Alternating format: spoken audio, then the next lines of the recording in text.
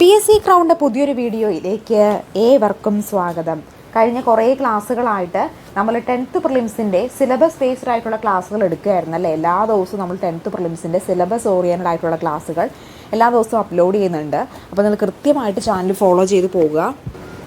കൃത്യമായിട്ട് channel follow ചെയ്താലാണ് നിങ്ങൾക്ക് ടൈം ടേബിൾ അടിസ്ഥാനത്തിലുള്ള ക്ലാസ്സുകൾക്ക് കൃത്യമായിട്ടൊരു ഓർഡറിൽ പഠിച്ചു പോകാനായിട്ട് പറ്റുള്ളൂ. അപ്പോൾ ഇതിനു മുമ്പുള്ള ക്ലാസ്സുകൾ എല്ലാം പ്ലേലിസ്റ്റായിട്ട് ക്രിയേറ്റ് ചെയ്തിട്ട് അപ്ലോഡ് ചെയ്തിട്ടുണ്ട് കേട്ടോ. പ്ലേലിസ്റ്റ് ചെക്ക് ചെയ്ത് നോക്കുകയാണെങ്കിൽ ഇതുവരെ കൊടുത്തിട്ടുള്ള എല്ലാ ക്ലാസ്സുകളും നിങ്ങൾക്ക് കാണാനായിട്ട് സാധിക്കുന്നതാണ്.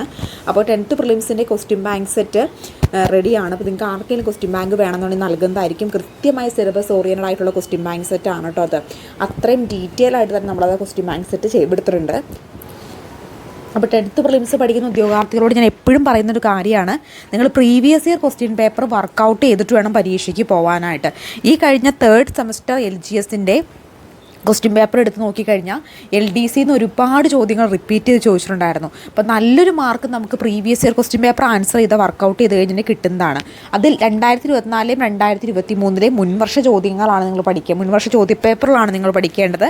അപ്പോൾ ഈ ചോദ്യപേപ്പർ എവിടെ നിന്ന് കിട്ടുമെന്ന് ചോദിച്ചിട്ടുണ്ടായിരുന്നു. അപ്പോൾ ചോദ്യപേപ്പർ കൃത്യമായിട്ട് നമ്മളൊരു PDF ഫോർമാറ്റിലേക്ക് ചോദ്യപേപ്പർ എടുത്തിട്ടുണ്ട്. അപ്പോൾ നമ്മുടെ സിലബസ് ബേസ്ഡ് ആയിട്ടുള്ള സിലബസിനോട് സിമിലാരിറ്റി വരുന്ന ക്വസ്റ്റ്യൻ പേപ്പേഴ്സാണ് നിങ്ങൾ സെലക്ട് ചെയ്ത് പഠിക്കാൻ കേട്ടോ. അപ്പോൾ നമ്മൾ സെലക്ട് ചെയ്തൊരു PDF ഫോർമാറ്റിലേക്ക് ആക്കിയിട്ടുണ്ട്. നിങ്ങൾക്ക് ആർക്കെങ്കിലും വേണമെന്നുണ്ടെങ്കിൽ നൽകുന്നതായിരിക്കും. സ്ക്രീനിൽ കാണുന്ന നമ്പറിലോ ഡിസ്ക്രിപ്ഷൻ ബോക്സിലോ നമ്പറിലോ മെസ്സേജ് ചെയ്താൽ മതി കേട്ടോ. അപ്പോൾ നമുക്ക് 10th പ്രിലിംസിൻ്റെ കൃത്യമായിട്ടുള്ള സിലബസ് ഓറിയൻറ്റഡ് ആയിട്ടുള്ള ക്ലാസ്സുകളാണ് നമ്മൾ മുന്നോട്ടെടുക്കുന്നത്. അപ്പോൾ നമുക്ക് ടൈം ടേബിൾ ജസ്റ്റ് ഒന്ന് പരിശോധിക്കാം. അപ്പോൾ ടൈം ടേബിൾ കൃത്യമായിട്ട് ഞാൻ എന്ന് വിശദീകരിക്കുന്നില്ല, കാരണം അത് ഒരുപാട് ടൈം കൺസ്യൂമിങ് ആണതുകൊണ്ട്. ഇതാണ് നമ്മുടെ ടൈം ടേബിൾ എന്ന് പറയുന്നത്. 29/10/2024 നമ്മൾ തുടങ്ങിയത്. അത് കഴിഞ്ഞ് റെഗുലറായിട്ട് എല്ലാ ദിവസവും നമ്മൾ ക്ലാസ്സുകൾ അപ്ലോഡ് ചെയ്യുന്നുണ്ടായിരുന്നു. അപ്പോൾ നമ്മൾ ഇന്ന് പുതിയ ടൈം ടേബിളാണ് കേട്ടോ. ഇന്ന് 3. അപ്പോൾ ഇന്നത്തെ ക്ലാസ്സിൽ നമ്മൾ പഠിക്കാൻ പോകുന്ന പ്രകാശത്തെക്കുറിച്ചിട്ടാണ്. ഇന്നത്തെ ക്ലാസ്സിൽ ദേശീയ ഗാനത്തെക്കുറിച്ചും ദേശീയ ഗീതത്തെക്കുറിച്ചും നമ്മൾ പഠിച്ചു. ഇന്നത്തെ ക്ലാസ്സിൽ നമ്മൾ പഠിക്കാൻ പോകുന്ന ടോപ്പിക്ക് ഫിസിക്സിലെ ഒരു ടോപ്പിക്കാണ്. പ്രകാശം എന്ന് പറയുന്ന ടോപ്പിക്കാണ് കേട്ടോ. പ്രകാശത്തിൽ നിന്നൊക്കെ ധാരാളം ചോദ്യങ്ങൾ എപ്പോഴും PSC ഉള്ളതാണ്. അപ്പോൾ അതുകൊണ്ട് തന്നെ അത്യാവശ്യം ഇമ്പോർട്ടൻ്റ് ആയിട്ടുള്ള ഒരു ടോപ്പിക് കൂടിയാണ് പ്രകാശം. അപ്പോൾ നമുക്ക് പ്രകാശത്തെക്കുറിച്ച് പഠിക്കാം. നമ്മൾ എപ്പോഴും പ്രീവിയസ് ഇയർ ക്വസ്റ്റ്യൻസും അതുമായി ബന്ധപ്പെട്ട റിലേറ്റഡ് ഫാക്റ്റും അടങ്ങിയതാണ് പഠിക്കുന്നത്. കാരണം എങ്ങനെയൊക്കെയാണ് ആ ഭാഗത്ത് നിന്ന് ചോദ്യങ്ങൾ ചോദിക്കുന്നതെന്ന് പ്രീവിയസ് ഇയർ ക്വസ്റ്റ്യൻ വെച്ച് നോക്കുമ്പോൾ നമുക്ക് പെട്ടെന്ന് പഠിക്കാനായിട്ട് സാധിക്കും. അതുകൊണ്ടാണ് അങ്ങനെ ഒരു മെത്തേഡ് ഫോളോ ചെയ്യുന്നത് കേട്ടോ. അപ്പോൾ ഇന്നത്തെ പ്രകാശം എന്ന് പറയുന്ന ടോപ്പിക്കിലേക്ക് നമുക്ക് കിടക്കാം. അപ്പോൾ സൂര്യനിൽ നിന്ന് പ്രകാശം ഭൂമിയിലെത്താൻ ഡാഷ് സമയം മതിയാകും. സൂര്യനിൽ നിന്ന് പ്രകാശം ഭൂമിയിലേക്ക് എത്താൻ എത്ര സമയം മതിയാകുമെന്ന് 10th ലെവൽ പ്രിലിം സ്റ്റേജ് 2 ചോദിച്ചിട്ടുള്ള ചോദ്യമായിരുന്നു കേട്ടോ. 8.2 മിനിറ്റാണ്. എത്രയാണ്? 8.2 മിനിറ്റാണ് സൂര്യനിൽ നിന്ന് പ്രകാശം ഭൂമിയിലെത്താൻ എടുക്കുന്ന സമയം എന്ന് പറയും. ഇപ്പോൾ തന്നെ ഞങ്ങൾ പഠിച്ചു വയ്ക്കുക. എത്രയാണ് സൂര്യനിൽ നിന്ന് ഭൂമിയിലേക്ക് എത്താൻ പ്രകാശം എടുക്കുന്ന സമയം? 8.2 മിനിറ്റാണ്. അതായത് 8.2 മിനിറ്റ് എന്ന് പറഞ്ഞാൽ 8 മിനിറ്റ് 20 സെക്കൻഡ് എന്നാണ് കേട്ടോ. 8.20 സെക്കൻഡ്. അങ്ങനെയാണെങ്കിൽ ചന്ദ്രനിൽ നിന്ന് പ്രകാശം ഭൂമിയിലെത്താൻ എടുക്കുന്ന സമയം എത്രയായിരിക്കും? സൂര്യനിൽ നിന്ന് ഭൂമിയിലെത്താൻ എടുക്കുന്ന സമയം എന്ന് പറഞ്ഞാൽ 8.2 ആണെന്ന് നമ്മൾ പറഞ്ഞല്ലേ. 8.20 മിനിറ്റ് ആണ് വരുന്നത്. ഈ ചന്ദ്രനിൽ നിന്ന് പ്രകാശം ഭൂമിയിലെത്താൻ എടുക്കുന്ന സമയം ചോദിക്കുവാണെങ്കിലോ, വേണ്ട സമയമാണെങ്കിലോ 1.3 സെക്കൻഡ് ആണ് കേട്ടോ. എത്രയാണ്? 1.3 സെക്കൻഡ് ആണെന്ന് കൂടി നിങ്ങളൊന്ന് ഓർത്തിരിക്കുക കേട്ടോ. 1.3 സെക്കൻഡ് ആണ്. ഇനി പ്രകാശത്തിൻ്റെ സ്വഭാവ സവിശേഷതയെക്കുറിച്ചുള്ള പഠനം ഏതു പേരിൽ അറിയപ്പെടുന്നത്? പ്രകാശത്തിൻ്റെ സ്വഭാവ സവിശേഷതയെക്കുറിച്ചുള്ള പഠനം ഏത് പേരിൽ അറിയപ്പെടുന്നു? ഒപ്റ്റിക്സ് എന്ന പേരിലാണ് കേട്ടോ അറിയപ്പെടുന്നത്. എന്താണ്? ഒപ്റ്റിക്സ് എന്ന പേരിലാണിത് അറിയപ്പെടുന്നത്. ഇനി പ്രകാശത്തിന് സഞ്ചരിക്കാൻ മാധ്യമം ആവശ്യമാണോ? പറഞ്ഞേ, പ്രകാശത്തിന് സഞ്ചരിക്കാൻ മാധ്യമം ആവശ്യമാണോ? ആവശ്യമല്ല അല്ലേ. പ്രകാശത്തിന് സഞ്ചരിക്കാൻ ഒരു മാധ്യമത്തിൻ്റെ ആവശ്യമില്ല. ശബ്ദം പഠിച്ചപ്പോൾ നമ്മൾ പറഞ്ഞിരുന്നു ശബ്ദത്തിന് സഞ്ചരിക്കാൻ ഒരു മാധ്യമം ആവശ്യമാണ് അല്ലേ. ശബ്ദത്തിന് സഞ്ചരിക്കാൻ ഒരു മാധ്യമം ആവശ്യമാണ്. ഖരത്തിൽ എങ്ങനെയാണ്, ദ്രാവകത്തിൽ എങ്ങനെയാണ്, വാതകത്തിൽ എങ്ങനെയാണ്, അതിൻ്റെ റേഷ്യോയും കാര്യങ്ങളൊക്കെ നമ്മളന്ന് പറഞ്ഞതാണല്ലേ. പക്ഷേ പ്രകാശത്തിന് സഞ്ചരിക്കാൻ പ്രകാശം ശബ്ദം ജസ്റ്റ് ഓപ്പോസിറ്റ് ആണെന്ന് ഓർക്കുക കേട്ടോ. പ്രകാശത്തിന് സഞ്ചരിക്കാൻ ഒരു മാധ്യമം ആവശ്യമില്ല എന്ന് ഓർക്കുക. ഇനി പ്രകാശത്തിൻ്റെ അടിസ്ഥാന കണം അറിയപ്പെടുന്ന ഏത് പേരിലാണ്? പ്രകാശത്തിൻ്റെ അടിസ്ഥാന കണം ഫോട്ടോൺ എന്ന പേരിലാണ് കേട്ടോ അറിയപ്പെടുന്നത്. ഏത് പേരിലാണ്? പ്രകാശത്തിൻ്റെ അടിസ്ഥാന കണം ഫോട്ടോൺ എന്ന പേരിലാണ് അറിയപ്പെടുന്നത്. പ്രകാശത്തേക്കാൾ വേഗതയിൽ സഞ്ചരിക്കുന്ന കണം ഏതാ? പ്രകാശത്തേക്കാൾ വേഗതയിൽ ടാക്കിയോൺസ് ആണ് കേട്ടോ. ടാക്കിയോൺസ് ആണ് പ്രകാശത്തേക്കാൾ വേഗതയിൽ സഞ്ചരിക്കുന്ന കണം. ഏതാണ്? ടാക്കിയോൺസ് ആണ് പ്രകാശത്തേക്കാൾ വേഗത്തിൽ സഞ്ചരിക്കുന്ന കണമെന്ന് പറയുന്നത്. അപ്പോൾ എന്താണ് നമ്മൾ നേരത്തെ പഠിച്ചത്? പ്രകാശത്തിൻ്റെ അടിസ്ഥാന കണമാണ് ഏത്? ഫോട്ടോൺ എന്ന് പറയുന്നത്. പ്രകാശത്തേക്കാൾ വേഗതയിൽ സഞ്ചരിക്കുന്ന കണം ചോദിക്കുകയാണെങ്കിലോ അതേതാണ്? ടാക്യോൺസ് ആണ് കേട്ടോ. ഇനി പ്രകാശത്തിൻ്റെ തരംഗ ദൈർഘ്യത്തിൻ്റെ യൂണിറ്റുകൾ, പ്രകാശത്തിൻ്റെ തരംഗ ദൈർഘ്യ യൂണിറ്റുകൾ ചോദിക്കുകയാണെങ്കിൽ ഏതൊക്കെയാണ്? ആങ്സ്ട്രം, മീറ്റർ, നാനോമീറ്റർ എന്നിവയാണ് പ്രകാശത്തിൻ്റെ തരംഗ ദൈർഘ്യത്തിൻ്റെ യൂണിറ്റുകൾ. എന്താണ്? പ്രകാശത്തിൻ്റെ തരംഗ ദൈർഘ്യത്തിൻ്റെ യൂണിറ്റുകൾ ഏതൊക്കെയാണ്? പറഞ്ഞേ. ആങ്സ്ട്രം ഉണ്ട്, മീറ്റർ ഉണ്ട്, നാനോമീറ്റർ ഉണ്ട്. ഇനി പ്രകാശ തീവ്രതയുടെ യൂണിറ്റ് ഏതാ? അത് ക്യാൻഡലയാണ് കേട്ടോ. ക്യാൻഡലയാണ് പ്രകാശ തീവ്രതയുടെ യൂണിറ്റ്. മാറിപ്പോകരുത്. പ്രകാശത്തിൻ്റെ തരംഗ ദൈർഘ്യത്തിൻ്റെ യൂണിറ്റ്, പ്രകാശത്തിൻ്റെ തരംഗ ദൈർഘ്യത്തിൻ്റെ യൂണിറ്റ് ഏതാണ്? ആങ്സ്ട്രോം, മീറ്റർ, നാനോമീറ്റർ എന്നിവയാണ്. പ്രകാശ തീവ്രതയുടെ യൂണിറ്റ് ചോദിക്കുകയാണെങ്കിലോ അത് ക്യാൻഡലയാണെന്നും കൂടി നിങ്ങൾ ഓർക്കുക. അതുപോലെ തന്നെ പ്രകാശം സാന്ദ്രത ഏറ്റവും കുറവ്, പ്രകാശത്തിൻ്റെ സാന്ദ്രത ഏറ്റവും കുറവ് എവിടെയായിരിക്കും? പ്രകാശത്തിൻ്റെ സാന്ദ്രത ഏറ്റവും കുറവ് അനുഭവപ്പെടുന്നത് ശൂന്യതയിലായിരിക്കും കേട്ടോ. എന്താണ്? പ്രകാശത്തിൻ്റെ സാന്ദ്രത ഏറ്റവും കുറവ് അനുഭവപ്പെടുന്നത് ശൂന്യതയിലായിരിക്കും. പ്രകാശ സാന്ദ്രത ഏറ്റവും കുറവാണ് നമ്മൾ പറഞ്ഞത്. ഏറ്റവും കുറവാണ് എവിടെ? ശൂന്യതയിൽ അനുഭവപ്പെടുന്നത്. അങ്ങനെയാണെങ്കിൽ ഏറ്റവും കൂടുതൽ അനുഭവപ്പെടുന്നത് എവിടെയായിരിക്കും? പ്രകാശ സാന്ദ്രത ഏറ്റവും കൂടുതൽ അനുഭവപ്പെടുന്ന മാധ്യമം ചോദിക്കുകയാണെങ്കിൽ അത് വജ്രമാണ് കേട്ടോ. ഏതാണ്? വജ്രമാണെന്ന് കൂടി ഓർക്കുക. പ്രകാശം ഏറ്റവും വേഗതയിൽ സഞ്ചരിക്കുന്ന എവിടെയാണ്? ശൂന്യതയിലാണ്. പ്രകാശം ഏറ്റവും കൂടുതൽ വേഗതയിൽ സഞ്ചരിക്കുന്നത് ശൂന്യതയിലാണ്.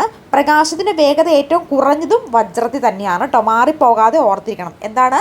പ്രകാശ സാന്ദ്രത ഏറ്റവും കുറവും പ്രകാശ വേഗത ഏറ്റവും കൂടുതലും എവിടെയാണ്? ശൂന്യതയിലാണ്. മാറിപ്പോവല്ലേ, ഓർത്തേ. പ്രകാശ സാന്ദ്രത ഏറ്റവും കുറവും പ്രകാശ വേഗത ഏറ്റവും കൂടുതലും എവിടെയാണ്? ശൂന്യതയിലാണ്. പ്രകാശ സാന്ദ്രത ഏറ്റവും കൂടുതലും പ്രകാശ വേഗത ഏറ്റവും കുറഞ്ഞതും എവിടെയാണ്? വജ്രത്തിലാണ്. എന്താ ഒന്നുകൂടെ പറയാം. പ്രകാശിക സാന്ദ്രത ഏറ്റവും കൂടുതലും പ്രകാശത്തിൻ്റെ വേഗത ഏറ്റവും കുറഞ്ഞതും എവിടെയാണ്? വജ്രത്തിലാണ്. പ്രകാശ സാന്ദ്രത ഏറ്റവും കുറവും പ്രകാശത്തിൻ്റെ വേഗത ഏറ്റവും വേഗതയിലുമുള്ളത് ഏറ്റവും കൂടുതലുമുള്ളത് എവിടെയാണ്? അത് ശൂന്യതയിലുമാണ് എന്ന് ഓർക്കുക കേട്ടോ. അത് അങ്ങോട്ടും ഇങ്ങോട്ടും മാറിപ്പോകാതിരിക്കാൻ പ്രത്യേകം ശ്രദ്ധിക്കുക. അപ്പോൾ നമ്മൾ എന്തൊക്കെ പറഞ്ഞു പ്രകാശത്തെക്കുറിച്ചിട്ട്? ബേസിക്കായിട്ട് സൂര്യന് പ്രകാശം ഭൂമിയിലെത്താൻ എടുക്കുന്ന സമയം 8.2 മിനിറ്റ് ആണ്. അതുപോലെ ചന്ദ്രനുള്ള പ്രകാശം ഭൂമിയിലെത്താൻ എടുക്കുന്നത് 1.3 സെക്കൻഡ് ആണെന്ന് പറഞ്ഞു. പ്രകാശത്തിൻ്റെ സ്വഭാവ സവിശേഷതയിലേക്കുള്ള പഠനം ഒപ്റ്റിക്സ് എന്ന പേരിലാണ് അറിയപ്പെടുന്നത്. പ്രകാശത്തിൻ്റെ അടിസ്ഥാന കണം ഏത് പേരിൽ അറിയപ്പെടുന്നു? ഫോട്ടോൺ എന്ന പേരിൽ അറിയപ്പെടുന്നു. പ്രകാശത്തേക്കാൾ വേഗതയിൽ സഞ്ചരിക്കുന്ന കണം ഏതാണ്? അത് ടാക്യോൺസ് ആണ്. അതുപോലെ തന്നെ പിന്നെ എന്തൊക്കെ പറഞ്ഞു? പ്രകാശത്തിൻ്റെ തരംഗ ദൈർഘ്യത്തിൻ്റെ യൂണിറ്റ് ഏതൊക്കെയാണ്? ആങ്സ്ട്രോം, മീറ്റർ, നാനോമീറ്റർ എന്നിവയാണ്. പ്രകാശ തീവ്രതയുടെ യൂണിറ്റ് ചോദിക്കുകയാണെങ്കിൽ അത് ഏതാണ്? അത് ക്യാൻഡലയാണെന്ന് കൂടി ഓർക്കുക. ഇനി വേറൊരു ചോദ്യം നോക്കാം. കേവ് ദർപ്പണത്തിൻ്റെ പ്രകാശരശ്മി പതിക്കുമ്പോൾ 30 ഡിഗ്രി പതനകോൺ ഉണ്ടാകുന്നു എങ്കിൽ പ്രതിപതന കോണിൻ്റെ അളവ്. കോൺകേവ് ദർപ്പണത്തിൻ്റെ പ്രകാശരശ്മി പതിക്കുമ്പോൾ 30 ഡിഗ്രി പതനകോൺ ഉണ്ടാകുന്നുവെങ്കിൽ പ്രതിപതന കോണിൻ്റെ അളവ് എത്രയാണെന്നാണ് 10th ലെവൽ പ്രീലിം സ്റ്റേജിൽ 1 ചോദിച്ചുള്ള ചോദ്യമായിരുന്നു കേട്ടോ. എത്രയാണ്? 30 ഡിഗ്രി തന്നെയാണ്. അതുപോലെ ദർപ്പണത്തിൽ പതിക്കുന്ന രശ്മിയുടെ പതനകോൺ 60 ആണെങ്കിൽ പ്രതിപതന കോൺ, അപ്പോൾ ദർപ്പണത്തിൽ പതിക്കുന്ന രശ്മിയുടെ പതന കോൺ 60 ആണെങ്കിൽ അതിൻ്റെ പ്രതിപതന കോണും എപ്പോഴും എന്ത് തന്നെയായിരിക്കും? അത് തന്നെയായിരിക്കും. എത്രയാണ്? 60 ഡിഗ്രിയാണ്. അപ്പോൾ നോക്കണേ, എന്താണ്? പ്രകാശരശ്മി പതിക്കുമ്പോൾ ഉണ്ടാകുന്ന പതന കോണും അതിൻ്റെ പ്രതിപതന കോണും എന്താണ്? സെയിം തന്നെ ആയിരിക്കുമെന്ന് ഓർത്തിരിക്കുക കേട്ടോ. അടുത്ത ചോദ്യം നോക്കാം. 2 സമതല ദർപ്പണങ്ങളുടെ ഒരു ജോഡി അരികുകൾ ചുവടെ കൊടുത്തിരിക്കുന്നു. ഏത് കോണളവിൽ ക്രമീകരിക്കുമ്പോഴാണ് ഏറ്റവും കൂടുതൽ പ്രതിബിംബം ലഭിക്കുന്നത്? 2 സമതല ദർപ്പണങ്ങളുടെ ഒരു ജോഡി അരികുകൾ ചുവടെ കൊടുത്തിരിക്കുന്നു. ഏത് കോണളവിൽ ക്രമീകരിക്കുമ്പോഴാണ് ഏറ്റവും കൂടുതൽ പ്രതിബിംബം ലഭിക്കുക എന്നാണ് ചോദിച്ചേക്കുന്നത്. എത്രയാണ്? 30 ഡിഗ്രിയാണ്. LGS മെയിൻസ് കമ്പനി ബോർഡ് 2023 ചോദിച്ചൊരു ചോദ്യമാണ്. എത്രയാണ് ആൻസർ വരുന്നത്? 30 ഡിഗ്രിയാണ്. ഇവിടെ എന്ത് തരം ദർപ്പണങ്ങളെ കുറിച്ചിട്ടാണ് ചോദിച്ചേക്കുന്നത്? സമതല ദർപ്പണത്തെ കുറിച്ചിട്ടാണല്ലേ ചോദിച്ചേക്കുന്നത്. അപ്പോൾ നമുക്ക് സമതല ദർപ്പണത്തെ കുറിച്ചൊന്ന് പഠിക്കാം. ഉപരിതലം സമതലമായ ദർപ്പണമാണ് എന്ന് വിളിക്കുന്നത് സമതല ദർപ്പണം എന്ന് വിളിക്കുന്നത്. എന്താണ്? ഉപരിതലം സമതലമായിട്ടുള്ള ദർപ്പണത്തെ നമ്മൾ എന്ന് വിളിക്കുന്നു സമതല ദർപ്പണം എന്ന പേരിൽ അറിയപ്പെടുന്നു. ഈ സമതല ദർപ്പണം എന്തിനു വേണ്ടിയിട്ടൊക്കെ ഉപയോഗിക്കുന്നത്? ഒന്ന് ചിന്തിച്ച് നോക്കിയേ. സമതല ദർപ്പണം നമ്മൾ എന്തിനു വേണ്ടിയിട്ടാണ് നമ്മൾ നിത്യജീവിതത്തിൽ ഒരുപാട് ഉപയോഗിക്കുന്നുണ്ടല്ലേ? ഫസ്റ്റ് എന്താണ്? മുഖം നോക്കുവാൻ സമതല ദർപ്പണമാണ് ഉപയോഗിക്കുന്നത്. അതുപോലെ കാലിഡോസ്കോപ്പ് നിർമ്മിക്കാൻ സമതല ദർപ്പണമാണ് ഉപയോഗിക്കുന്നത്. പെരിസ്കോപ്പ് നിർമ്മിക്കാനും സമതല ദർപ്പണമാണ് ഉപയോഗിക്കുന്നത്. സയൻറ്റിഫിക് ഇൻസുലേറ്റ്മെൻറ്റുകൾ നിർമ്മിക്കാനും എന്താണ്? ഈ സമതല ദർപ്പണമാണ് ഉപയോഗിക്കുന്നത്. മുഖം നോക്കാൻ കാലിഡോസ്കോപ്പ്, പെരിസ്കോപ്പ് എന്നിവയൊക്കെ നിർമ്മിക്കാൻ വേണ്ടിയിട്ട് നമ്മൾ എന്താണ് ഈ ഒരു സമതല ദർപ്പണമാണ് ഉപയോഗിക്കുന്നത് എന്നുകൂടി കൃത്യമായിട്ടൊന്ന് ഓർത്തിരിക്കുക കേട്ടോ. ഇനി നമുക്ക് ഗോളീയ ദർപ്പണത്തെക്കുറിച്ച് നോക്കാം. റിഫ്ലക്ടറായി ഉപയോഗിക്കുന്ന ദർപ്പണം, സ്ട്രീറ്റ് ലൈറ്റുകളിൽ റിഫ്ലക്ടറായിട്ട് ഉപയോഗിക്കുന്ന ദർപ്പണം ഏതാണ്?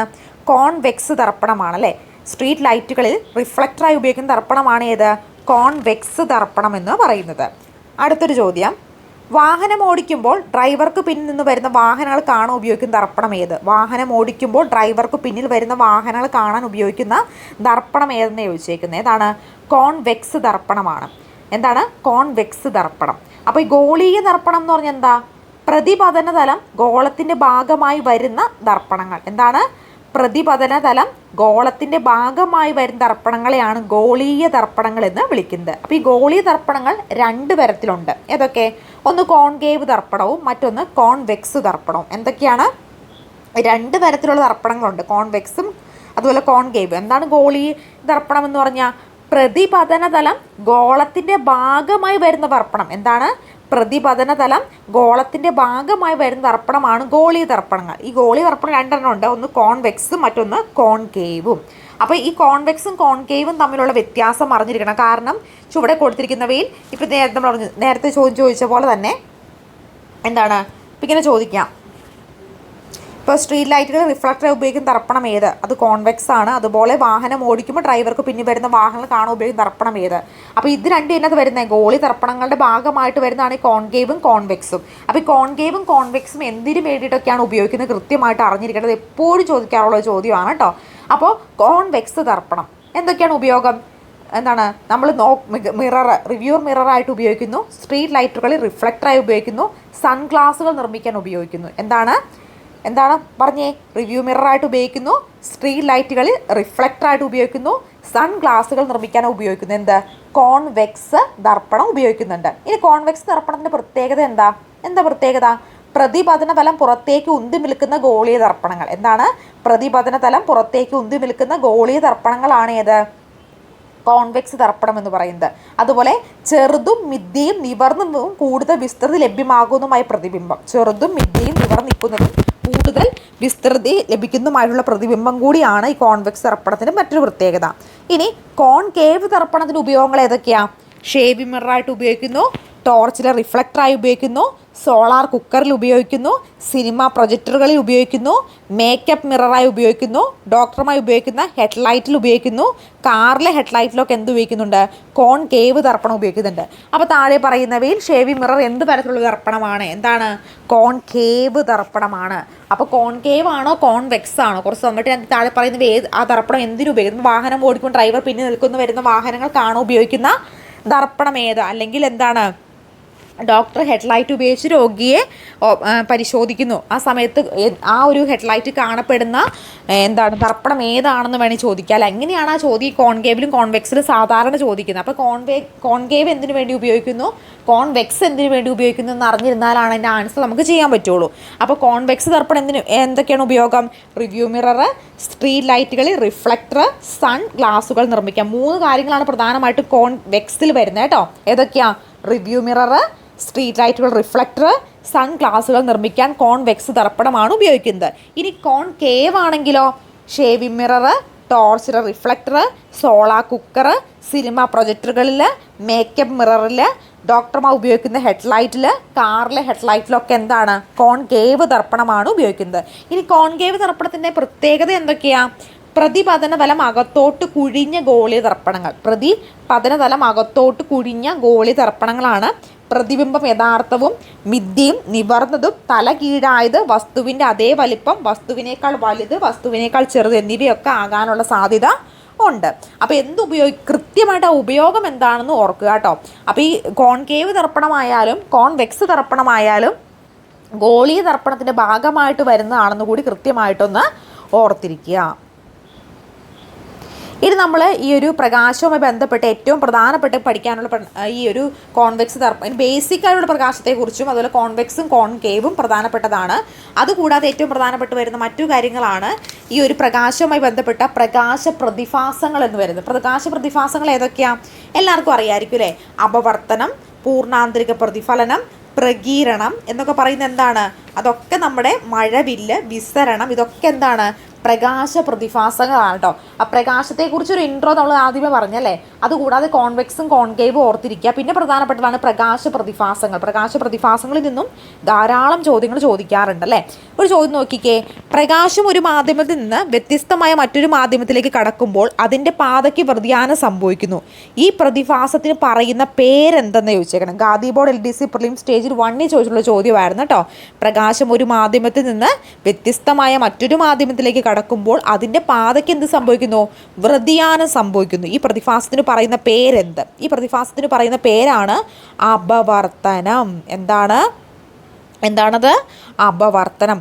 പ്രകാശത്തിൻ്റെ പ്രകീർണത്തിന് കാരണമായ പ്രതിഭാസമാണ് ഈ അപവർത്തനം കേട്ടോ. എന്താണ്? പ്രകാശത്തിൻ്റെ പ്രകീരണത്തിന് കാരണമായിട്ടുള്ള പ്രതിഭാസമാണേത്? അപവർത്തനം. ഇപ്പോൾ തന്നെ ഞങ്ങൾ പഠിച്ചു വെച്ചേ. പ്രകാശത്തിൻ്റെ പ്രകീരണത്തിന് കാരണമായിട്ടുള്ള പ്രതിഭാസം താഴെ പറയുന്നവയിൽ ഏതാണെന്ന് ചോദിച്ചാൽ ഏതാ? അത് അപവർത്തനമാണ്. അതായത് സാന്ദ്രത വ്യത്യാസമുള്ള 2 മാധ്യമങ്ങൾക്കിടയിൽ പ്രകാശരശ്മി സഞ്ചരിക്കുമ്പോൾ സഞ്ചാരപാതയ്ക്കുണ്ടാകുന്ന ആ വ്യതിയാനം, അതിനെയാണ് നമ്മൾ ഈ അപവർത്തനം എന്ന് വിളിക്കുന്നത്. എന്താ? സാന്ദ്രത വ്യത്യസ്തമുള്ള 2 മാധ്യമങ്ങൾക്കിടയിലൂടെ പ്രകാശരശ്മി സഞ്ചരിക്കുമ്പോൾ സഞ്ചാരപാതയ്ക്കുണ്ടാകുന്ന ആ ഒരു വ്യതിയാനത്തെയാണ് എന്ന് വിളിക്കുന്നത്? അപവർത്തനം എന്ന് വിളിക്കുന്നത്. വേറൊരു ചോദ്യം നോക്കിക്കുക അപവർത്തനവുമായി ബന്ധപ്പെട്ടിട്ടുള്ള. ആ ചോദ്യം ഞാനിവിടെ കൊടുത്തിട്ടില്ല, ഞാൻ പറയാം. ചോദ്യം ഒന്ന് വായിക്കാം. ആ ചോദ്യം എങ്ങനെയാണ്? പ്രകാശത്തിൻ്റെ പ്രകീരണത്തിന് കാരണം, നമ്മൾ നേരത്തെ പറഞ്ഞിരുന്നു ഞാൻ, പ്രകാശത്തിൻ്റെ പ്രകീരണത്തിന് കാരണം എന്താ? അപവർത്തനം. ഇപ്പോൾ തന്നെ പഠിച്ചു വയ്ക്കുക, ഇമ്പോർട്ടൻ്റ് ആണ് കേട്ടോ ഈ പ്രകാശ പ്രതിഭാസങ്ങൾ. അപ്പോൾ എന്താണ് പ്രകാശത്തിൻ്റെ പ്രകീരണത്തിന് കാരണം? എന്താണ്? അപവർത്തനമാണ്. നക്ഷത്രങ്ങൾ മിന്നിത്തിളങ്ങാൻ കാരണമാകുന്ന പ്രകാശ പ്രതിഭാസവും അപവർത്തനമാണ്. നക്ഷത്രങ്ങൾ മിന്നിത്തിളങ്ങാൻ കാരണമാകുന്ന പ്രകാശ പ്രതിഭാസവും ഏത് തന്നെയാണ്? അപവർത്തനം തന്നെയാണ് കേട്ടോ. അപ്പോൾ അതുപോലെ തന്നെ ജലം നിറച്ച ഗ്ലാസ്സിൽ അടിയിൽ വെച്ചിരിക്കുന്ന നാണയം അല്പം ഉയർന്നു നിൽക്കുന്നതായി തോന്നാൻ കാരണം, ജലം നിറച്ച ഗ്ലാസ്സിൽ അടിയിൽ വെച്ചിരിക്കുന്ന നാണയം അല്പം ഉയർന്നു നിൽക്കുന്നതായി തോന്നാൻ കാരണം എന്താ? അതും ഈ ഒരു അപവർത്തനം മൂലമാണ്. ജലത്തിൽ താഴ്ത്തി വെച്ചിരിക്കുന്ന കമ്പ് വളഞ്ഞിരിക്കുന്നതായി തോന്നാൻ കാരണം, ജലത്തിൽ താഴ്ത്തി വെച്ചിരിക്കുന്ന കമ്പ് നമ്മൾ മുകളിൽ നിന്ന് നോക്കുമ്പോൾ അതിന് വളഞ്ഞിരിക്കുന്നതായിട്ട് തോന്നും. കാരണം എന്താ? ആ ഒരു പ്രതിഭാസവും അപവർത്തനമാണ് കേട്ടോ. സൂര്യോദയത്തിന് അല്പം മുൻപും സൂര്യാസ്തമയത്തിന് ശേഷവും സൂര്യപ്രകാശം കാണാൻ കഴിയുന്നതിന് കാരണം, സൂര്യോദയത്തിന് അല്പം മുൻപും സൂര്യപ്രകാശത്തിന് അല്പം ശേഷവും സൂര്യപ്രകാശം നമുക്ക് കാണാൻ കഴിയുന്നത് എന്തുകൊണ്ടാണ്? അതും ഈ ഒരു അപവർത്തനം മൂലമാണ് കേട്ടോ. അപ്പോൾ പ്രകാശത്തിൻ്റെ പ്രകീരണത്തിന് കാരണമായിട്ടുള്ള പ്രതിഭാസമാണ് ഏത്? അപവർത്തനം എന്ന് വിളിക്കുന്നത്. നക്ഷത്രങ്ങൾ മിന്നിത്തിളങ്ങാൻ കാരണം അപവർത്തനമാണ്. ജലം നിറച്ച ഗ്ലാസ്സിൽ അടിയിൽ വെച്ചിരിക്കുന്ന നാണയം അല്പം ഉയർന്നു നിൽക്കാൻ നമുക്ക് തോന്നുന്നതിന് കാരണം അപവർത്തനമാണ്. ജലത്തിൽ താഴ്ത്തി വെച്ചിരിക്കുന്ന കമ്പ് വളഞ്ഞിരിക്കുന്നത് തോന്നാൻ കാരണം അപവർത്തനമാണ്. സൂര്യോദയത്തിന് അല്പം മുൻപും സൂര്യോദയത്തിന് ശേഷവും പ്രകാശരശ്മി കാണാൻ കഴിയുന്നതും എന്ത് തന്നെയാണ്? ഈ അപവർത്തനം തന്നെയാണെന്നത് കൂടി ഓർക്കുക കേട്ടോ. ഇനി അടുത്തതാണ് പൂർണ്ണാന്തരിക പ്രതിഫലനം എന്ന് വിളിക്കുന്നത്. എന്താ ഈ പൂർണ്ണാന്തരിക പ്രതിഫലനം എന്നുകൊണ്ട് ഉദ്ദേശിക്കുന്നത്? എന്താ? പ്രകാശ സാന്ദ്രത കൂടിയ മാധ്യമത്തിൽ നിന്ന് കുറഞ്ഞ മാധ്യമത്തിലേക്ക് ക്രിട്ടിക്കൽ കോണിനേക്കാൾ കൂടിയ പതന കോണിൽ പ്രകാശരശ്മി പ്രവേശിക്കുമ്പോൾ ആ രശ്മി അപവർത്തന വിധേയമാകാതെ അതേ മാധ്യമത്തിലേക്ക് പ്രതിഫലിക്കുന്ന പ്രതിഭാസമാണേത്? പൂർണ്ണാന്തരിക പ്രതിഫലനം എന്ന് വിളിക്കുന്നത് കേട്ടോ. പൂർണ്ണാന്തരിക പ്രതിഫലനം എന്ന് പറഞ്ഞാൽ എന്താണ്? പ്രകാശ സാന്ദ്രത കൂടിയ മാധ്യമത്തിൽ നിന്ന് കുറഞ്ഞ മാധ്യമത്തിലേക്ക് ക്രിട്ടിക്കൽ കോണിനേക്കാൾ കൂടിയ പതന കോണിൽ പ്രകാശരശ്മി പ്രവേശിക്കുമ്പോൾ ആ രശ്മി അപവർത്തന വിധേയമാകാതെ അതേ മാധ്യമത്തിലേക്ക് പ്രതിഫലിക്കുന്ന പ്രതിഭാസത്തെ നമ്മൾ എന്ത് വിളിക്കുന്നു? പൂർണ്ണാന്തരിക പ്രതിഫലനം എന്ന് വിളിക്കുന്നു. അപ്പോൾ പൂർണ്ണാന്തര പ്രതിഫലനവുമായി ബന്ധപ്പെട്ട ചോദ്യം നോക്കിക്കേ. വജ്രത്തിൻ്റെ പ്രാധാന്യം അതിൻ്റെ തിളക്കത്തിലാണ്. ഈ തിളക്കത്തിന് കാരണം എന്തെന്ന് ചോദിച്ചേക്കുന്നത്? എന്താ? അത് പൂർണ്ണാന്തര പ്രതിഫലനമാണ് കേട്ടോ. +2 ലെവൽ പ്രിലിം സ്റ്റേജ് 2 ചോദിച്ചിട്ടുള്ള ചോദ്യമായിരുന്നു. വജ്രത്തിൻ്റെ പ്രാധാന്യം അതിൻ്റെ തിളക്കത്തിലാണ്. ഈ തിളക്കത്തിന് കാരണം എന്താണെന്ന്, അതെന്താണ്? പൂർണ്ണാന്തരിക പ്രതിഫലനമാണ് ഈ തിളക്കത്തിന് കാരണമെന്ന് പറയുന്നത്. എന്താണ്? പൂർണ്ണാന്തരിക പ്രതിഫലനമാണ് തിളക്കത്തിന് കാരണം എന്ന് പറയുന്നത്. വജ്രത്തിൻ്റെ പ്രാധാന്യം അതിൻ്റെ തിളക്കത്തിലാണ്. ഈ തിളക്കത്തിൻ്റെ കാരണം എന്താണ്? അത് പൂർണ്ണാന്തര പ്രതിപതനമാണ് കേട്ടോ. ഇനി മരീചിക എന്ന പ്രതിഭാസം മൂലമാണ് ഉണ്ടാകുന്നത്. മരീചിക ഏത് പ്രതിഭാസം മൂലം ഉണ്ടാകുന്നതാണെന്ന് ചോദിച്ചേക്കുന്നത്. അതും പൂർണ്ണ ആന്തരിക പ്രതിഫലനമാണ്. വുമൺസ് പോലീസ് കോൺസ്റ്റബിൾ 2023 ചോദിച്ചൊരു ചോദ്യമാണ് കേട്ടോ. പൂർണ്ണാന്തര പ്രതിഫലനം എന്ന് പറഞ്ഞാൽ എന്താണ്? പ്രകാശ സാന്ദ്രത കൂടിയ മാധ്യമത്തിൽ നിന്ന് കുറഞ്ഞ മാധ്യമത്തിലേക്ക് ക്രിട്ടിക്കൽ കോണിനേക്കാൾ കൂടിയ പതന കോണി പ്രകാശരശ്മി പ്രവേശിക്കുമ്പോൾ ആ രശ്മി അപവർത്തനത്തിന് വിധേയമാകാതെ അതേ മാധ്യമത്തിലേക്ക് പ്രതിപദിക്കുന്ന പ്രതിഭാസത്തെയാണ് പൂർണ്ണാന്തരിക പ്രതിഫലനം എന്ന് വിളിക്കുന്നത് കേട്ടോ. മരുഭൂമികളിൽ മരീചിക എന്ന പ്രതിഭാസം ഉണ്ടാകാൻ കാരണം എന്താണ്? പ്രകാശത്തിൻ്റെ പൂർണ്ണാന്തര പ്രതിപതനമാണ്. അതുപോലെ തന്നെ അക്വേറിയത്തിന് അടിത്തട്ട് ജലോപരിധി പ്രതിഫലിക്കാൻ കാരണം, അക്വേറിയത്തിന് അടിത്തട്ട്, നമ്മൾ അക്വേറിയം നോക്കുമ്പോൾ അതിന് അടിത്തട്ട് ഈ ജലത്തിന് മുകളിൽ പ്രതിഫലിച്ച് നിൽക്കുന്നത് ശ്രദ്ധിച്ചിട്ടുണ്ടോ? അതിന് കാരണം എന്താണ്? അതിന് കാരണം ഈ പൂർണ്ണാന്തര പ്രതിപതനമാണ് കേട്ടോ. വജ്രത്തിന് തിളക്കത്തിന് കാരണം പൂർണ്ണാന്തരിക പ്രതിഫലനമാണെന്ന് ഓർക്കുക കേട്ടോ. ഇനി മറ്റൊന്നാണ് പ്രകീരണം എന്ന് പറയാം കേട്ടോ. പ്രകീരണം എന്താണെന്ന് നമുക്ക് നോക്കാം. പ്രകാശം അതിൻ്റെ ഘടകവർണ്ണങ്ങളായി മാറുന്ന പ്രതിഭാസത്തെയാണ് പ്രകീർണം എന്നുകൊണ്ട് ഉദ്ദേശിക്കുന്നത് കേട്ടോ. പ്രകാശം അതിൻ്റെ ഘടകവർണ്ണങ്ങളായിട്ട് മാറുന്ന പ്രതിഭാസമാണിത് പ്രകീരണം എന്ന് വിളിക്കുന്നതെന്ന് കൂടി നിങ്ങളൊന്ന് ഓർത്തിരിക്കുക കേട്ടോ. പ്രകീരണവും ഇമ്പോർട്ടൻ്റ് തന്നെയാണ്. ഈ ഒരു പ്രകാശത്തിൻ്റെ പ്രതിഭാസങ്ങളായിട്ടുള്ള പൂർണ്ണാന്തര പ്രതിഫലനമായിക്കോട്ടെ, പ്രകീർണമായിക്കോട്ടെ, അപവർത്തനമായിക്കോട്ടെ, ഇതൊക്കെ എപ്പോഴും തന്നെ റിപ്പീറ്റ് ചെയ്ത് ചോദിക്കാറുള്ള ചോദ്യമാണ്. അതുകൊണ്ട് തന്നെ ഓർത്തിരിക്കുകയാണ് കേട്ടോ. ഇനി അടുത്തതാണ് വർണ്ണരാജി എന്ന് പറയുന്നത്. വർണ്ണരാജിക്ക് മുമ്പ് നമുക്ക് വർണ്ണരാജി എന്താണെന്ന് നോക്കാം കേട്ടോ. പ്രകീർണ ഫലമായി ഉണ്ടാകുന്ന വർണ്ണങ്ങളുടെ ക്രമമായ വിതരണത്തെ പറയുന്നത്. പ്രകീർണ ഫലമായി ഉണ്ടാകുന്ന വർണ്ണങ്ങളുടെ ക്രമമായ വിതരണത്തെയാണ് എന്ന് വിളിക്കുന്നത് വർണ്ണരാജി എന്ന് വിളിക്കുന്നത് കേട്ടോ. അടുത്തത് വിസരണമാണ്. എന്താണ് വിസരണം എന്ന് നോക്കാം. ആകാശത്തിന് നീല നിറത്തിന് കാരണം, ആകാശത്തിൻ്റെ നീല നിറത്തിന്, നമ്മൾ ആകാശ നീല നിറത്തിലെ കാണുന്നത്, അതിന് കാരണം എന്താ? വിസരണമാണ് കേട്ടോ. എന്താണ്? വിസരണമാണ്. അപ്പോൾ വിസരണം എന്ന് പറഞ്ഞാൽ എന്താ? പ്രകാശം അന്തരീക്ഷ വായുവിലെ പൊടിപടലങ്ങളിൽ തട്ടി ഉണ്ടാകുന്ന ക്രമരഹിതവും ഭാഗികമായ പ്രതിപതനം. പ്രകാശം അന്തരീക്ഷ വായുവിലെ പൊടിപടലങ്ങളിൽ തട്ടി ഉണ്ടാകുന്ന ക്രമരഹിതവും ഭാഗികവുമായ പ്രതിപതനത്തെയാണ് വിസരണം എന്ന് വിളിക്കുന്നത്. അങ്ങനെയാണ് ഏറ്റവും കൂടുതൽ വിസരണത്തിന് വിധേയമാകുന്ന നിറം ചോദിക്കുകയാണെങ്കിൽ അത് എന്താണ്? വയലറ്റ് ആണ് കേട്ടോ. വയലറ്റാണ് ഏറ്റവും കൂടുതൽ വിസരണത്തിന് വിധേയമാകുന്ന നിറം. ഏറ്റവും കുറവ് വിസരണത്തിന് വിധേയമാകുന്ന നിറം ചോദിക്കുകയാണെങ്കിൽ ചുവപ്പാണ് കേട്ടോ. ഏറ്റവും കുറവ് വിസരണത്തിന് വിധേയമാകും ചുവപ്പ്, ഏറ്റവും കൂടുതൽ അത് വയലറ്റുമാണെന്ന് ഒന്ന് ഓർത്തിരിക്കുക കേട്ടോ. അതുപോലെ തന്നെ ഉദയാസ്തമയ സമയങ്ങളിൽ സൂര്യന് ഉദയാസ്തമയ സമയങ്ങളിൽ ചക്രവാള ചുമപ്പ് കാണാറില്ലേ സൂര്യൻ്റെ ഭാഗത്ത്? നിങ്ങൾ ശ്രദ്ധിച്ചിട്ടുണ്ടോ? ആ ഒരു ചുമപ്പിന് കാരണം ഈ ഒരു വിസരണമാണ് കേട്ടോ. അതുപോലെ സമുദ്രജലം നീല നിറമായിട്ട് തോന്നിക്കുന്നതും ആകാശ നീലനിറത്തിൽ നമ്മൾ കാണുന്നതുമൊക്കെ എന്താണ്? കേട്ടോ. അപ്പോൾ സമുദ്രജലം നീലനിറത്തിൽ കാണുന്നതിനും ആകാശ നീലനിറത്തിൽ കാണുന്നതിനും ഒക്കെ കാരണം എന്താ? ഈ വിസരണമാണ് കേട്ടോ. അങ്ങനെയാണെങ്കിൽ അന്തരീക്ഷ വായുവിൻ്റെ അഭാവത്തിൽ എന്താണ് ആകാശ നിറം എന്തായിരിക്കും? അന്തരീക്ഷ വായുവിൻ്റെ അഭാവത്തിൽ ആകാശത്തിന് നിറം എന്ന് പറയുന്നത് കറുപ്പാണ്. ചന്ദ്രനിലെ എന്താണ് ഈ ഒരു അന്തരീക്ഷം ഇല്ലാത്തതുകൊണ്ട് തന്നെ ചന്ദ്രനിലെ ആകാശ നിറം എന്തായിട്ട് കാണുന്നു? കറുപ്പായിട്ടാണ് കാണുന്നത് കേട്ടോ. പ്രകാശത്തിൻ്റെ ഏതെല്ലാം പ്രതിഭാസങ്ങൾ മൂലമാണ്? മഴവില്ലുണ്ടാകുന്നത് പ്രകാശത്തിൻ്റെ ഏതെല്ലാം പ്രതിഭാസങ്ങൾ മൂലമാണെന്ന്. ഏതൊക്കെ പ്രതിഭാസങ്ങൾ മൂലമാണ്? 3 പ്രതിഭാസങ്ങൾ മൂലമാണ് കേട്ടോ ഈ മഴവില്ലുണ്ടാകുന്നു പ്രകാശത്തിൻ്റെ. ഏതൊക്കെയാ? അപവർത്തനം, ആന്തര പ്രതിപതനം, പ്രകീർണം. എന്തൊക്കെയാണ്? 3 പ്രതിഭാസങ്ങൾ കാരണം മഴവില്ലുണ്ടാകാറുണ്ട് പ്രകാശത്തിന്. ഏതൊക്കെയാണ്?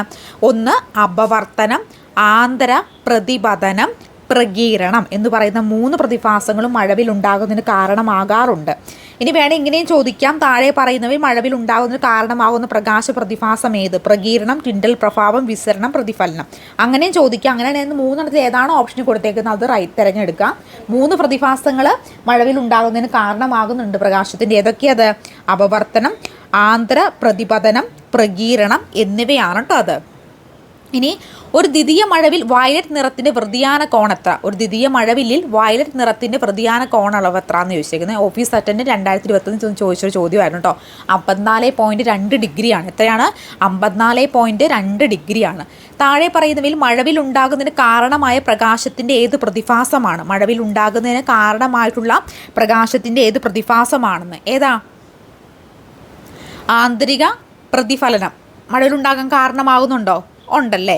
അപവർത്തനം മഴവിലുണ്ടാകാൻ കാരണമാകുന്നുണ്ടോ? ഉണ്ടോ? ഉണ്ടല്ലേ. അപവർത്തനമുണ്ട്. പ്രകീരണം ഉണ്ടോ? അതുമുണ്ടല്ലേ. അപ്പോൾ എയും ബിയും സിയും ശരി തന്നെയാണ്. മഴവിൽ ഉണ്ടാകുന്നതിന് കാരണം 3 പ്രതിഭാസങ്ങളാണ്. ഏതൊക്കെ ഇപ്പോൾ തന്നെ പറഞ്ഞേ? അപവർത്തനം, ആന്തര പ്രതിപതനം, പ്രകീരണം എന്നിവയാണ് കേട്ടോ. മഴവിൽ ഉണ്ടാകാൻ കാരണമാകുന്ന പ്രധാന പ്രതിഭാസം. ഇനി ഇങ്ങനെ ചോദ്യം ചോദിക്കാം, മഴവിൽ ഉണ്ടാകുന്നതിന് കാരണമായിട്ടുള്ള 3 പ്രതിഭാസങ്ങളും കൊടുത്തിട്ട് മഴവിൽ ഉണ്ടാകുന്നതിന് കാരണമായിട്ടുള്ള ഏറ്റവും പ്രധാനപ്പെട്ട പ്രതിഭാസം ഉണ്ടാകാൻ കാരണമാകുന്ന പ്രധാന പ്രതിഭാസം എന്നോ ഏറ്റവും പ്രധാനപ്പെട്ട പ്രതിഭാസം എന്നോ ചോദിക്കുകയാണെങ്കിൽ അത് പ്രകീരണമാണ് കേട്ടോ. ഇത് മാറിപ്പോവരുത്. നിങ്ങളൊന്ന് ഓർത്തേ, മഴവിലുണ്ടാകാൻ 3 പ്രകാശ പ്രതിഭാസങ്ങൾ കാരണമാകുന്നുണ്ട്. ഏതൊക്കെ? നമ്പർ 1 അപവർത്തനം, നമ്പർ 2 ആന്തര പ്രതിപതനം, നമ്പർ 3 പ്രകീരണം. ഈ 3 പ്രതിഭാസങ്ങളും മഴവിലുണ്ടാകുന്നതിന് പ്രകാശത്തിന് കാരണമായി തീരാറുണ്ട്. പക്ഷേ അതിൽ ഏറ്റവും പ്രധാനപ്പെട്ടത് ഏത് എന്നൊരു ചോദ്യം ചോദിച്ചാൽ അത് പ്രകീരണമാണ് അതിൻ്റെ ഉത്തരമായിട്ട് വരുന്നതെന്ന് കൂടി നിങ്ങളൊന്ന് ഓർത്തിരിക്കുക. ഇനി മഴവിലിൻ്റെ ആകൃതി എന്താ? മഴവിലിൻ്റെ ആകൃതി എന്ന് പറയുന്നത് അർത്ഥവൃത്താകൃതിയാണ് കേട്ടോ. എന്താണ്? അർത്ഥവൃത്താകൃതിയാണ് മഴവില്ലിൻ്റെ ആകൃതി എന്ന് പറയുന്നത്. അതുകൂടി നിങ്ങളൊന്ന് ഓർത്തിരിക്കണം കേട്ടോ. ഇനി വിമാനത്തിൽ നോക്കിയ മഴവിൽ കാണപ്പെടുന്ന ആകൃതി എന്താ? വിമാനത്തിൽ നോക്കിയിട്ടുണ്ടെങ്കിൽ വൃത്താകൃതിയിലും, അല്ലെങ്കിൽ മഴവിലിൻ്റെ ആകൃതി എന്ന് പറഞ്ഞാൽ എന്താ? അർത്ഥവൃത്താകൃതിയാണ്. വിമാനത്തിൽ നോക്കിയിട്ടുണ്ടെങ്കിൽ മഴവിലിൻ്റെ ആകൃതി എന്താണ്? വൃത്താകൃതിയുമാണ്. ഈ മഴവിലിനെ കാണപ്പെടുന്ന കളറുകൾ ഏതൊക്കെയാണ്? വിബ്ജിയോർ അല്ലേ? ഏതൊക്കെയാണ്? വിബ്ജിയോറാണ് ഈ മഴവില്ലിൽ കാണപ്പെടുന്ന കളറുകൾ എന്ന് പറഞ്ഞത്. എല്ലാവർക്കും അറിയാവുന്ന കാര്യമാണ്. അതുകൊണ്ട് വീണ്ടും ഒന്നും റിപ്പീറ്റ് ചെയ്യുന്നില്ല കേട്ടോ. അപ്പോൾ ഇത്രയും കാര്യങ്ങളാണ് നിങ്ങൾ പ്രകാശവുമായി ബന്ധപ്പെട്ട് പഠിക്കേണ്ടത്. പ്രകാശത്തിൻ്റെ ഇൻട്രോ ഞാൻ പറഞ്ഞിട്ടുള്ള ബേസിക് കാര്യങ്ങൾ പഠിക്കുക. പിന്നെ കോൺവെക്സും കോൺകേവും കൃത്യമായിട്ട് അറിഞ്ഞിരിക്കുക. അതുപോലെ തന്നെ ഏറ്റവും പ്രധാനപ്പെട്ട മറ്റൊന്നാണ് പ്രകാശ പ്രതിഭാസങ്ങൾ, അപവർത്തനം, എന്തൊക്കെയായിരുന്നു? പൂർണ്ണാന്തരിക പ്രതിഫലനം, അതുപോലെ പ്രകീരണം, പിന്നെ എന്തുകൂടി നമ്മൾ പഠിച്ചു? വിസരണം പഠിച്ചു. പിന്നെ മഴവില്ലും ഇമ്പോർട്ടൻ്റ് ആണ്. അപ്പോൾ ഇത്രയും കാര്യങ്ങൾ കൃത്യമായിട്ടൊന്ന് ഓർത്തിരിക്കുക. അപ്പോൾ അതിൻ്റെ ചാനൽ കാണുന്ന കൂട്ടുകാരുണ്ടെങ്കിൽ സബ്സ്ക്രൈബ് ചെയ്ത് സപ്പോർട്ട് ചെയ്യാൻ മറക്കല്ലേ. 10th പ്രിലിംസിൻ്റെ ക്വസ്റ്റ്യൻ ബാങ്ക് സെറ്റ് അവൈലബിൾ ആണ് കേട്ടോ. ആർക്കെങ്കിലും വേണമെങ്കിൽ സ്ക്രീനിൽ കാണുന്ന നമ്പറിലോ ഡിസ്ക്രിപ്ഷൻ ബോക്സിലോ നമ്പറിലോ മെസ്സേജ് ചെയ്താൽ മതിയാകും. LGSൻ്റെ കേറ്റഡ് category 3 and 2 social science and psychology, കൂടാതെ LP school assistant NCA Kasaragod ഡിസ്ട്രിക്റ്റിൽ പരീക്ഷ എഴുതാൻ പോകുന്നവർക്കും ക്വസ്റ്റ്യൻ ബാങ്ക് സെറ്റ് അവൈലബിൾ ആണ്. അപ്പോൾ ആർക്കെങ്കിലും വേണമെന്നുണ്ടെങ്കിൽ മെസ്സേജ് ചെയ്താൽ മതി. മറക്കണ്ട. അതിൻ്റെ ചാനൽ കാണുന്ന കൂട്ടുകാരുണ്ടെങ്കിൽ സബ്സ്ക്രൈബ് ചെയ്ത് സപ്പോർട്ട് ചെയ്യണേ. 10th പ്രിലിംസിൻ്റെ വാട്സപ്പ് ഗ്രൂപ്പ് ഉണ്ട്. ഗ്രൂപ്പിൻ്റെ ലിങ്ക് ഡിസ്ക്രിപ്ഷൻ ബോക്സിൽ കൊടുത്തിട്ടുണ്ട്. അതുപോലെ LP school assistant mission 2026-27 LGS, അതുകൂടാതെ തന്നെ കേറ്റിട്ട് HSAയുടെ ഒക്കെ ഗ്രൂപ്പുകൾ നമുക്കുണ്ട്. ഗ്രൂപ്പിൻ്റെ ഒക്കെ ലിങ്ക് ഡിസ്ക്രിപ്ഷൻ ബോക്സിൽ കൊടുത്തിട്ടുണ്ട്. താല്പര്യമുള്ള എല്ലാവർക്കും ജോയിൻ ചെയ്യാവുന്നതാണ് കേട്ടോ. അപ്പോൾ അടുത്ത വീഡിയോയുമായി കാണാം. Thank you so much.